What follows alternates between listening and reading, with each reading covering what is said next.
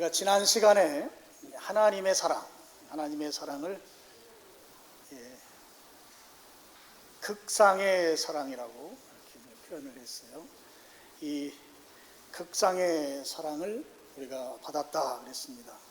그 하나님의 사랑에 우리에게 주신 극상의 사랑은 바로 독생자 외아들 예수님을 십자가에 내어 주시는 것으로 표현하셨다. 그래서 예수님이 실제적으로 2000여 년 전에 십자가에서 돌아가셨습니다. 그 상황이 바로 하나님의 사랑하심의 확실한 증거라, 이렇게 말씀을 나눴어요. 자, 오늘은 하나님의 그 사랑을 받은 자들에게 주시는 하나님의 축복, 내지는 그 사랑이 축복이라고 여긴다면 그 사랑의 결과, 네 가지를 오늘 말씀을 통해서 여러분들에게 좀 나누고 싶습니다. 첫 번째, 하나님의 사랑을 받은 자에게 주시는 첫 번째 결과 또는 축복은 9절에 나와 있는 말씀입니다. 그러면 이제 우리가 그의 피로 말미암아 의롭다 하심을 받았으니, 그랬어요. 이게 첫 번째 축복 내지는 첫 번째 사랑받은 자에게 주어지는 결과이다 하는 것이죠. 자, 의롭다 하심을 받았다 그랬어요. 하나님이 우리에게 의롭다는 것을 주신 거죠. 그래서 우리는 그 의롭다 한 것을 주신 것에 대해서 받은 자가 되는 것입니다. 그런데 이 의롭다 하심을 받았다고 한 그 말씀 앞에 그의 피로 말미암아 이렇게 되어 있어요. 그의 피는 바로 예수 그리스도의 보혈, 예수 그리스도의 피를 말합니다. 이걸 바꿔 말하면 예수님께서 십자가에서 죽으신 것을 말씀하는 것이죠. 하나님께서 우리에게 의롭다는 것을 주셨는데, 그래서 우리는 그것을 이제 덥석 받았습니다. 근데 그 의롭다 하시는 것을 주신 근거가 뭐냐? 예수님이 십자가에서 피 흘려 돌아가신 것이 근거다 하는 거예요. 하나님께서 우리에게 의롭다는 것을 주실 때 그 근거로 삼으신 것은 예수님의 십자가에서 피 흘려 죽으신 그 사실이 근거가 돼서 우리가 의롭다는 것을 받았다고 하는 것이죠.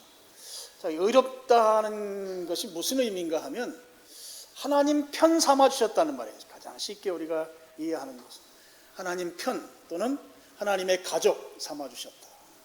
하나님 편으로 만들어 주셨다. 이런 의미로 여러분이 이해하시면 좋을 것 같습니다. 자, 이제 9절 이 상반절을 보면 우리가 한 가지 자칫 잘못하면 오해할 수 있는 것이 이 9절 상반절에 있어요. 예수님의 피로 의롭게 되었다. 엄청난 우리에게 주신 축복이고 또 하나님의 사랑의 결과입니다. 근데 이 말씀만 놓고 보면 우리가 어떤 오류에 빠질 수 있는가 하면 예수님이 온 인류를 위해서 돌아가셨기 때문에, 피 흘리셔 죽으셨기 때문에 그 결과가 온 인류에게 다 적용된다고 하는 그런 오류에 빠질 수 있다고 하는 거예요. 9절 말씀 상반절에 예수님이 피 흘려 죽으신 그것으로 말미암아 우리가 의롭다는 것을 받았는데, 이 우리가 받은 의롭다함이 죄가 있든 죄가 없든 착하게 살았든 악하게 살았든 관계없이 모든 인간에게 다 주신 것이다. 우리가 그렇게 생각할 수 있는데 이 생각이 하나의 신학적인 이론으로 있습니다. 이걸 이제 보편 구원론이라고 그래요. 예수님이 십자가에 달려 돌아가실 때는 온 인류를 위해서 돌아가셨기 때문에 그 돌아가신 것이 온 인류에게 다 적용이 돼야 된다. 그런데 그것이 착하게 살건 악하게 살든 관계없이 인간이라면 그 혜택이 다 돌아가야 된다. 그러니까 예수님 믿을 필요 없다. 거기까지 이제 발전을 해나가는 거죠. 모든 인간은 다 하나님께서 구원해 주신다고 하는 그 생각이 이 9절 상반절을 보고 우리에게 오해하게 만든다 하는 거예요. 이 만인 구원론 또는 보편 구원론이라고 하는 이것은 성경적인 그런 이 가르침이 아닙니다. 우리가 이 9절 말씀 상반절을 보면서 꼭 같이 보아야 될 말씀이 5장 1절 말씀입니다. 1절을 보면 이렇게 되어 있습니다. 그러므로 우리가 믿음으로 의롭다 하심을 받았으니 그랬어요. 구절과 의롭다 하심을 받았다고 하는 그 표현은 똑같은데 그 앞에 적힌 내용이 다르죠. 1절은 믿음으로 의롭다 하심을 받았다 이렇게 되어 있고 9절에는 그의 피로 말미암아 의롭다 함을 받았다 이렇게 되어 있어요. 그래서 이 9절을 해석할 때 1절 말씀과 병합해서 이해해야 건강한 성경 해석이 되고 바른 신앙을 갖게 만드는 그런 말씀이 되는 것입니다. 자, 1절 말씀은 우리가 믿음으로 했기 때문에 이건 인간적 관점에서 1절은 기록된 것이죠. 의롭다 하심을 받는다고 할 때 믿음이라고 하는 것을 통해서 의롭게 된다고 하는 이 강조가 1절엔 되어 있고요. 인간적인 관점입니다. 9절 말씀은 하나님께서 해주신 일이 관점이에요. 이게 하나님 관점이라고 볼 수 있습니다. 1절과 9절 상반절을 서로 연결해서 볼 때 그럼 무엇이 더 앞선 것인가? 9절이 앞서 있습니다. 우리를 의롭게 해주시는 것의 근거 원인은 예수 그리스도의 대속의 죽으심이기 때문에 그렇죠.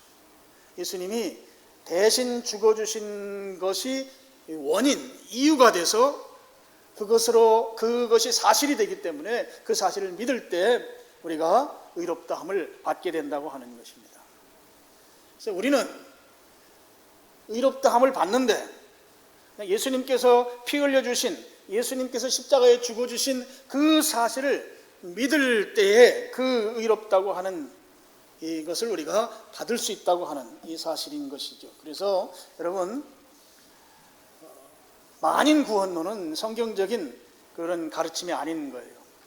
누구나 다 구원받는다고 하는 그런 이론이 있어요. 그래서 굳이 신앙생활을 할 필요도 없고 전도도 할 필요 없고 그냥 다 구원받는데 예수님이 인류를 위해 다 죽었는데 굳이 그렇게 복잡하게 교회 다니고 할 필요가 있겠느냐 그렇게 말하는 신학자들이 있습니다. 우리 성경에 비추어서 잘못된 가르침이다 하는 것이죠. 하나님의 사랑을 받은 자의 결과 또는 하나님의 사랑을 받은 자의 첫 번째 축복은 의롭다고 하는 것을 받은 축복입니다.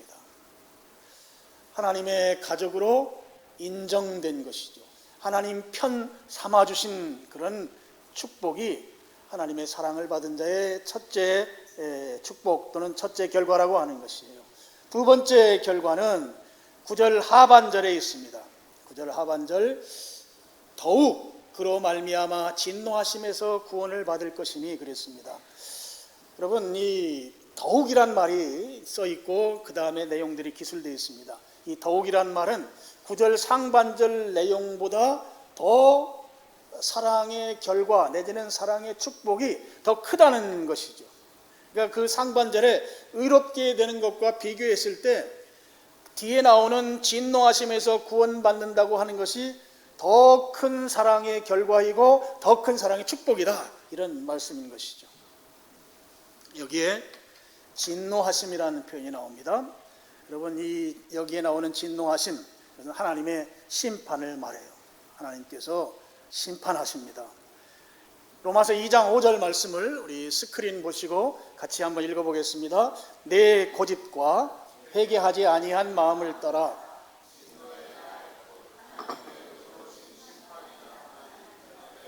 이 말 진노를 내게 쌓는도다.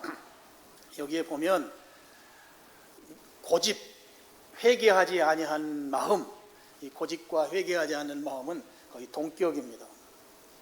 그런데 그 다음 나오는 말들이 굉장히 중요하죠. 진노의 날, 하나님의 의로우신 심판이 나타나는 그날. 여러분 우리가 꼭 기억해야 될 것이 반드시 진노의 날이 있습니다. 반드시 하나님의 의로운 심판의 날이 있다고 하는 거예요. 이 로마서 2장 5절 마지막 부분은 진노를 내게 쌓는다 그랬거든요. 이게 무슨 말인가 하면 지금 앞에 나오는 고집 부리고 회개하지 않는 마음으로 그렇게 아주 완악하게 살아서 결국 그것 때문에 진노에 이르게 된다고 하는, 우리가 흔히 하는 말로 진노는 하나님이 하시는 것이 아니라 우리가 자업자득으로 얻는 것이다 하는 거예요. 하나님께서 진노를 피할 수 있는 그런 은혜를 주셨건만 그 길을 취하지 아니한 자업자득의 결과가 진노가 임한다는 말인 것이죠. 여러분이 꼭 기억할 것입니다. 반드시 심판의 날이 있습니다. 반드시 진노의 날이 있어요. 하나님의 그 의로우신 심판, 그 날이 있다고 하는 거예요. 죽으면 끝이다 이렇게 생각하는 분이 있어요. 죽으면 다시 삽니다. 부활하는데 두 가지 유형으로 부활해요. 하나는 심판의 부활로, 하나는 구원 영광의 부활로, 두 부활로 나타나는 거예요. 죽었다가 죽은 것으로 결코 끝나지 않는다는 것이 성경의 아주 명백한 가르침이에요. 죽으면 끝이 아닙니다. 심판하시는 그날이 우리 앞에 분명히 있다고 하는 것을 여러분이 꼭 기억하셔야 돼요. 신앙생활 하면서 그거 종종 잊어버리거든요. 심판의 날, 진노의 날 잊어버리고 사니까 우리가 이 하나님의 이 어미하심 앞에서 그냥 가볍게 쉽게 사는 그런 경향이 있어요. 이 부분에 대해서 요한계시록 20장 13절로 15절 말씀은 이렇게 소개합니다. 제가 읽으며 소개하겠습니다. 각 사람이 자기의 행위대로 심판을 받고 그랬어요. 우리 성경에 보면 행위 심판에 대한 말씀이 나오는데요. 우리 신자들도 행위에 대한 심판이 있다고 성경에 기록되어 있어요. 근데 이것은 우리가 잘 분류해야 됩니다. 그리스도인의 행위 심판은 무슨 심판인가 하면 상급 심판이에요. 상급 심판. 상금이 아니고 상급, 상을 주시기 위한 심판입니다. 우리 그리스도인으로서 이 땅에서 하나님 앞에 헌신적으로 충성스럽게 그 여러 가지 어려운 상황 속에서도 신실하게 살아왔던 것에 대한 하나님의 그 행위를 심판하셔서 거기에 따르는 상급을 주신다고 하는 심판이에요. 성경에 나옵니다. 근데 여기 오늘 요한계시록 13장에 나오는 각 사람이 자기의 행위, 각자에게 주어지는 그 행위대로 심판하신다고 하는 말은 이것은 그가 한 행위의 결과에 따라서 지옥에 던져지게 되는 그런 심판을 말하는 거죠. 이건 불신자의 심판입니다. 신자의 심판과 불신자의 심판은 전혀 다른 거예요. 신자는 상급을 주시기 위한 심판이지만 불신자는 지옥불에 던지기 위한 심판이라는 거죠. 14절 사망과 음부도 불못에 던져지니 이것이 둘째 사망 곧 불못이라 그랬습니다. 여기에 불못 그랬어요. 제가 이 요한계시록을 쭉 전체를 우리 성도님들과 한 5년에 걸쳐서 나눴잖아요. 그러면서 이 요한계시록에서 이 사도 요한이 이 불못에 대한 것을 이제 최종 심판처로 지금 소개하는데 도대체 이 지상에서 어떤 모습을 보고 그 환상 가운데 그것을 비유해서 말했을까? 저는 그렇게 생각해요. 이 사도 요한이 여러분 그 화산이 폭발했을 때 그 아주 붉은 불덩어리가 그 마그마가 막 이렇게 끓어오르는 모습들이 있잖아요. 그 끓어오르는 아주 붉은 그 아주 이 마그마가 끓어오르는 그 연못, 그 호수, 그런 모습을 이 지옥을 둘째 사망으로서 갈 그 불못으로 이렇게 비유해서 또 연상해서 좀 소개한 것이 아닐까 그렇게 저는 봅니다. 자, 사망과 음부가 불못에 던져진다 그랬어요. 사망과 음부는 마귀가 사용하는 주무기입니다. 우리 인간에게 있어서 가장 위협적이고 가장 두려운 것이 사망이에요. 죽음이라는 것입니다. 그래서 우리가 믿음을 지키는데 가장 어렵게 만드는 요소가 사망이라고 하는 것이죠. 근데 이 마지막 심판이 둘째 사망이라고 하는 것은 이제 최종 심판. 우리 요한계시록 20장 보면 흰 보좌 심판 이렇게 나와요. 하나님께서 마지막으로 이제 최종적으로 결정내는 그 심판이거든요. 그 심판에 사망과 음부가 불못에 던져진다는 거예요. 이제 더 이상 우리를 위협하던 이 사망의 문제가 마지막 심판에서 완전히 해결된다고 하는 것입니다. 모든 것에 종지부를 찍는 심판이 그때 나오는 것이죠. 마귀가 사용하던 것도 마귀와 함께 다 불못에 던져진다는 거예요. 이것이 둘째 사망이라고 하는 것입니다. 불못 심판이라고 하는 것이죠. 여러분, 진노의 날, 심판의 날이 우리 삶 가운데 반드시 있다고 하는 사실을 요한계시록은 더 구체적으로 말씀하고 있어요. 근데 불못에 던져지지 않을 수 있는 유일한 길이 15절에 나옵니다. 15절은 우리 같이 읽겠습니다. 시작. 누구든지 생명책에 기록되지 못한 자는 불못에 던져지더라. 생명책은 이 예수님의 생명을 소유한 사람들의 이 이름이 기록된 책이라고 볼 수 있습니다. 그리스도인들의 이름이 기록된 책이죠.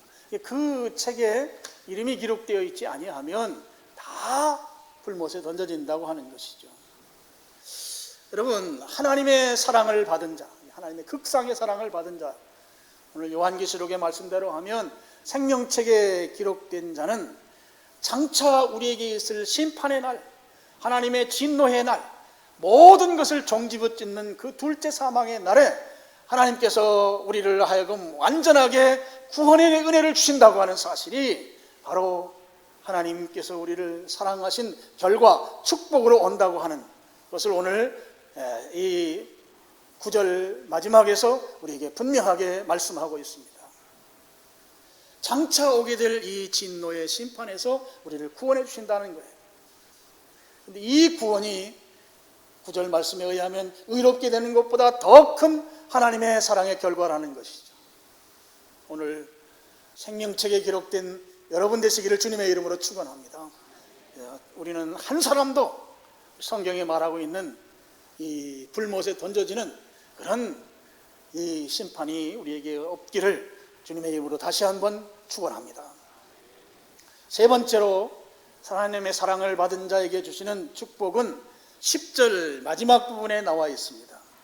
10절 마지막 부분에 더욱 그의 살아나심으로 말미암아 구원을 받을 것이니라 그랬습니다. 여기에 이제 구원을 받을 것이니라 라고 하는 말은 미래에 대한 구원을 말하는 것이에요. 그래서 하나님의 사랑을 받은 자는 미래에 하나님께서 구원해 주시는 그 복을 누리게 된다고 하는 말씀입니다. 10절 말씀은 특별히 예수님께서 대속 사역을 이루신 예수님의 그 사역을 잘 설명해 주고 있는데요. 내용을 보면 예수님이 피 흘려 죽으신 내용과 동시에 예수님의 부활하심에 대해서 이 10절 말씀이 설명하고 있습니다. 먼저 중요한 내용은 예수님께서 죽으셨는데 그 죽으신 것이 언제인지를 10절에서 소개하고 있습니다. 언제인가 하면 곧 우리가 원수 되었을 때입니다. 우리가 하나님과 원수 관계일 때 예수님께서 죽으셨다는 것이에요. 그럼 하나님과 원수는 누구냐? 하나님과 원수는 사탄입니다. 마귀입니다. 사탄 마귀가 하나님의 원수이죠. 그럼 사탄 마귀가 하는 일이 무엇인가? 하나님의 뜻을 거역하고 하나님의 뜻에 반대자로 있는 자입니다. 그리고 하나님을 따르는 자들을 미혹해서 하나님과 관계가 멀어지도록 애쓰는 자입니다. 하나님을 예배하는 자로서 살아가야 될 인간의 본분을 망각시켜서 하나님을 예배하는 자리로부터 이탈하게 만드는 것이 사탄이 하는 일입니다. 사탄은 하나님을 직접 공격하지 못합니다. 하나님은 창조주이시고 사탄은 피조물이기 때문에 피조물은 창조주를 직접 공격을 못해요. 사탄이 꾀를 쓴 것이 하나님이 창조주 하나님이 가장 사랑하는 존재들, 하나님을 예배하는 삶을 사는 자들이에요. 그리스도인들이에요. 그들을 공격하는 거예요. 공격해도 신앙이 좋은 자들을 공격해요. 교회에서 중요한 역할을 하는 사람들을 공격해요. 그래야만 하나님이 더 마음 아파할 것이기 때문입니다. 하나님 마음 아파하도록만 골라서 일하는 것이 사탄이 하는 일이라고 하는 것이죠. 하나님과 원수 되었을 때라고 하는 것은 우리가 사탄의 수하에 살면서 사탄이 좋아하는 일, 이른바 마귀짓을 하면서 살고 있을 때 하나님께서 우리도 마귀와 같이 불못에 던져지는 것을 안타까워하셔서 예수님께서 죽음으로 우리로 하여금 그 불못에 던져지지 아니하도록 건져내시는 구원의 은혜를 주셨다고 하는 것이죠. 그것이 바로 10절에 우리가 원수 되었을 때에 그의 아들의 죽으심으로 말미암아 화목하게 하나님과 화목하게 했다라고 하는 말씀입니다. 하나님과 원수 관계일 때 우리들로 하여금 하나님과 화목한 관계로 회복될 수 있도록 길을 열어놓으신 것이 예수님이 하신 일이다 하는 거예요. 자, 이제 10절 하반절에 와서는 그것이 바로 하나님의 사랑을 받은 자들이 받는 축복 내지는 결과로 이제 10절 하반절이 소개하는데요. 더욱 그의 사랑하심으로 말미암아 구원을 받을 것이니라. 여기에서는 구원이 미래의 구원을 말해요. 천국에서의 영화로운 삶을 사는 그 구원을 말합니다. 여기도 9절과 마찬가지로 더욱이라는 말이 쓰여 있습니다. 앞의 내용보다 뒤의 내용이 더 강조된 표현인 것이죠. 하나님과 화목한 관계도 복이 되지만 더 복된 것은 미래에 구원받는 그 영광스러운 구원에 참여하는 것이다 라는 것입니다. 10절 상반절에는 예수님의 죽으심에 대한 이야기가 나오죠. 그의 아들의 죽으심으로 말미암아 어떤 결과가 왔는가? 하나님과 화목해지는 결과가 왔습니다. 10절 하반절에는 더욱 그의 살아나심으로 말미암아 미래의 구원을 받을 것이다. 예수님의 부활하심으로 말미암아 구원의 은혜가 임한다고 말씀하셨습니다. 자, 예수님의 죽으심, 십자가에서 죽으시고 다시 부활하신 것으로 우리의 구원에 직접적으로 예수님의 그 사역이 영향을 끼치고 작용한다고 하는 그 말씀이 10절 말씀이 되는 것이죠. 자, 예수님 부활하셨습니다. 다시 살아나셨습니다. 그 예수님께서 다시 살아나신 것으로 말미암아 그리스도인 된 그를 믿는 우리도 똑같이 부활하게 되고, 그리고 최종적으로는 천국의 그 영광을 누리는 영원한 미래의 구원을 우리가 받게 된다고 하는 사실을 10절이 우리에게 소개해주고 있고, 이것이 하나님의 사랑을 받은 자들에게 주시는 축복이며 결과라고 하는 말씀인 것이죠.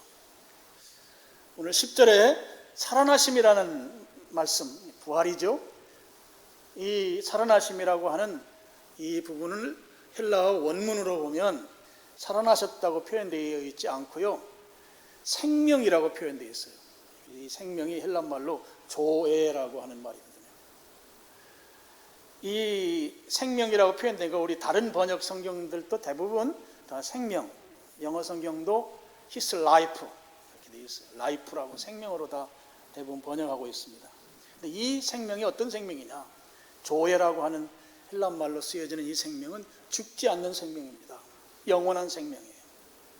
죽어도 살아나는 생명이에요.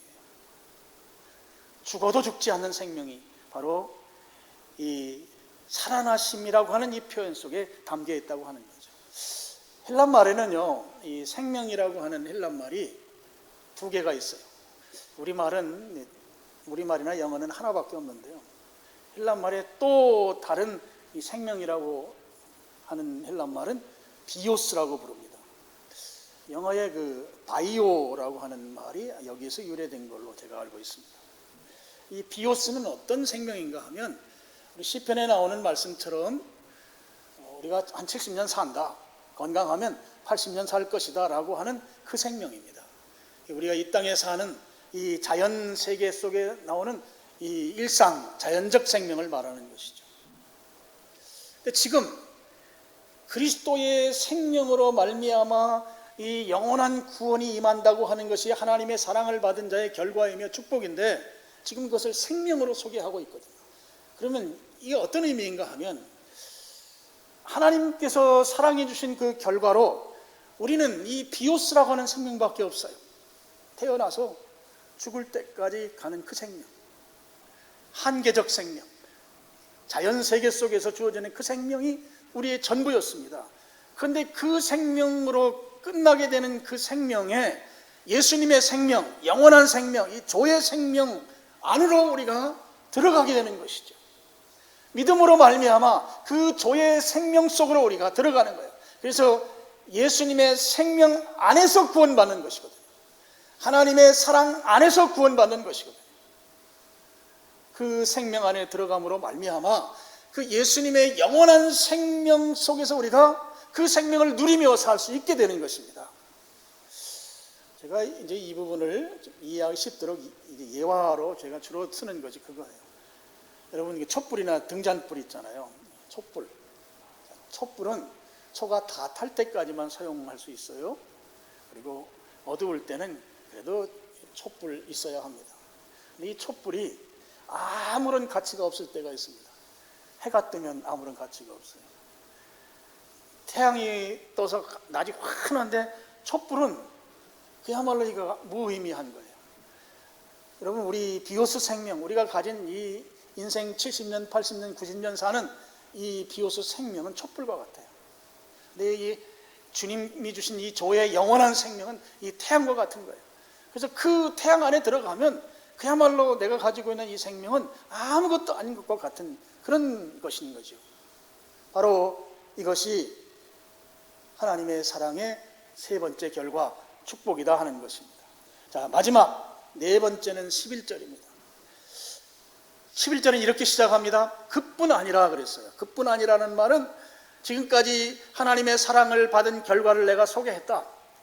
하나님의 사랑을 받은 축복, 사랑의 축복을 내가 소개했다. 그런데 여기에 한 가지 중요한 내용 추가할 게 있다. 이런 뜻이죠. 그러면서 네 번째 사랑은 이제 우리로 화목하게 하신 우리 주 예수 그리스도로 말미암아 하나님 안에서 또한 즐거워하느니라. 네 번째 축복은 하나님 안에서 즐거워하는 복입니다. 즐겁게 사는 복이 네 번째 복이라는 것이죠. 여기 즐거워한다는 말은 헬라어 원문에 보면 자랑한다는 말이거든요. 무엇을 자랑하는가? 하나님을 자랑하는 거예요. 하나님이 나의 자랑이 된다. 하나님께서 나에게 사랑을 부어주셔서 나에게 주신 복이 엄청납니다. 의롭게 해주셨습니다. 또 심판을 면하도록 놀라운 은혜를 주셨습니다. 또 하늘의 영광을 누릴 수 있는 미래적 차원의 구원을 주셨습니다. 이 사랑을 주신 하나님을 자랑스러워하는 삶, 이게 즐거워하는 것이죠. 하나님이 자랑스럽기 때문에 즐거워할 수밖에 없는 거예요. 이해가 안 되시나요? 여러분, 자녀들이 좋은 대학에 들어가고 또는 좋은 직장에 가고 아니면 뭔가 생각했던 것보다 훨씬 좋은 일들이 자녀에게 일어나면 부모가 즐거워요? 안 즐거워요? 네, 즐거워요. 그것과 같은 거예요. 하나님이 내게 주신 은혜가 너무너무 커요. 그러니까 하나님이 막 자랑스러운 거예요. 그러니까 그 자랑스러워하는 나는 즐거워할 수밖에 없는 것이다 하는 것이죠.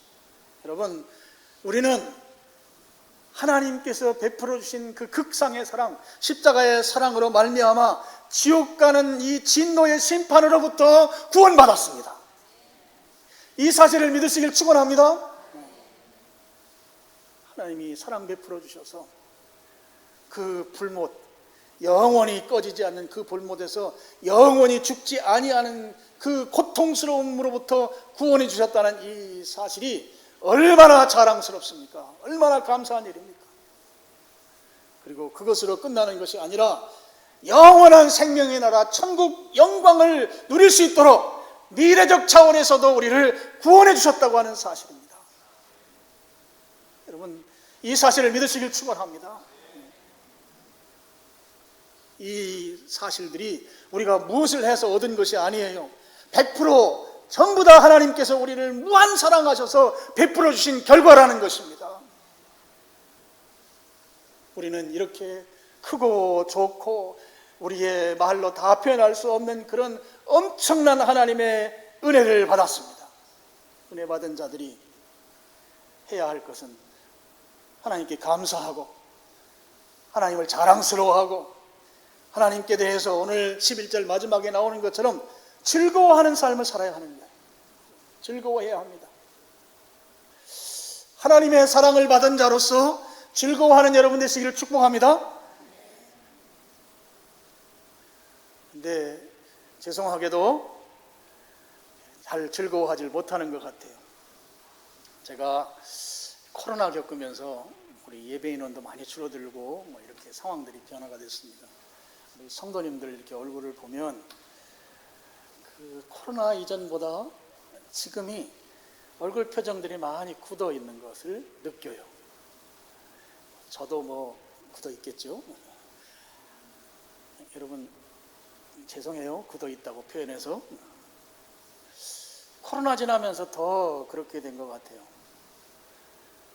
사람이 표정이 굳는다고 하는 것은 상황이 좋지 않다는 거잖아요. 건강이 좋지 않거나 육신적으로 어디 아프면 그 아픈 거 얼굴로 나타나게 돼 있어요. 또 우리가 살아오면서 또 이 코로나 지나면서 이렇게 저렇게 갈등들을 많이 겪잖아요. 갈등을 겪고 마음의 상처를 입게 되면 또 얼굴 표정이 썩 좋지 않습니다. 이 코로나가 경제적으로도 아주 어렵게 만들었어요. 우리 동네만 봐도 빈 상가가 한두 개가 아니에요. 그리고 뭐 개업했다가 1년 지나서 또 다른 업종으로 바뀐 집들도 한두 개가 아니에요. 제가 여기서 쭉 보면 그야말로 이게 어렵다는 걸 다 나타내는 아주 증표들이죠. 먹고 사는 문제도 걱정이 많습니다. 그러다 보니까 얼굴에 나타나는 거예요. 표정이 굳어 있어요. 예배를 드리러 와도 다 표정들이 굳어 있어요. 자녀들 문제도 이게 만만치 않아요.